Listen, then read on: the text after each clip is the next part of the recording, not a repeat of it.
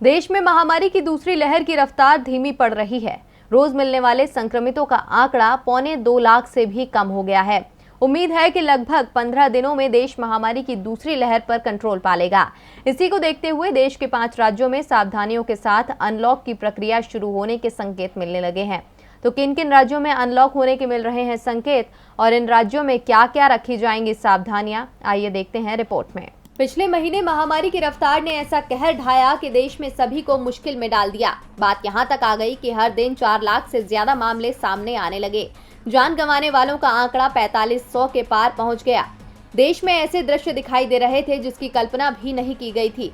नदियों में पुलिस का पहरा लगाना पड़ा। लोग धार्मिक परंपराओं के अनुसार अंतिम संस्कार तक नहीं कर पा रहे थे। इसके अलावा देश में बेड, ऑक्सीजन और वैक्सीन की कमी ने मुसीबत को और बढ़ा दिया। लेकिन आने वाला महीना पूरे देश के लिए राहत भरी खबर लेकर आ रहा है। देश में महामारी की दूसरी लहर थमने लगी है। हालात सुधरते देख राज्य सरकारों ने अनलॉक की तैयारी शुरू कर दी है।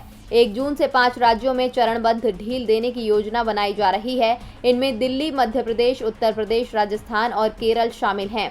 हालांकि 4 राज्यों को छोड़ केरल वर्चुअल मोड में खुलेगा। सोमवार से यहां स्कूल, कॉलेज ऑनलाइन खोले जाएंगे। पहले फेज में फल, सब्जी और किराना दुकानों को खोला जा सकता है। दिल्ली की बात करें तो दिल्ली में 24 घंटे में 956 नए केस दर्ज किए गए हैं।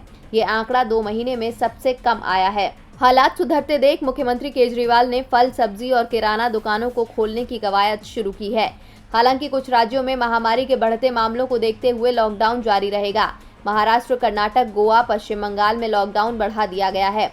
बंगाल में 15 जून तक लॉकडाउन बढ़ाया जा चुका है। वहीं महाराष्ट्र के कई जिलों में लॉकडाउन को बढ़ा दिया गया है, जबकि कर्नाटक में 7 जून तक लॉकडाउन जारी रहेगा। हालांकि बिहार, उत्तराखंड, पंजाब और हरियाणा में लॉकडाउन बढ़ाने पर संशय है।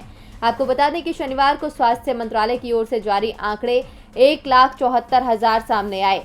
45 दिन में ये संख्या सबसे कम है, लेकिन जान गंवाने वालों के आंकड़े कम नहीं हुए हैं। बीते 1 दिन में 3500 लोगों की जान चली गई है। डीबी लाइव की रिपोर्ट।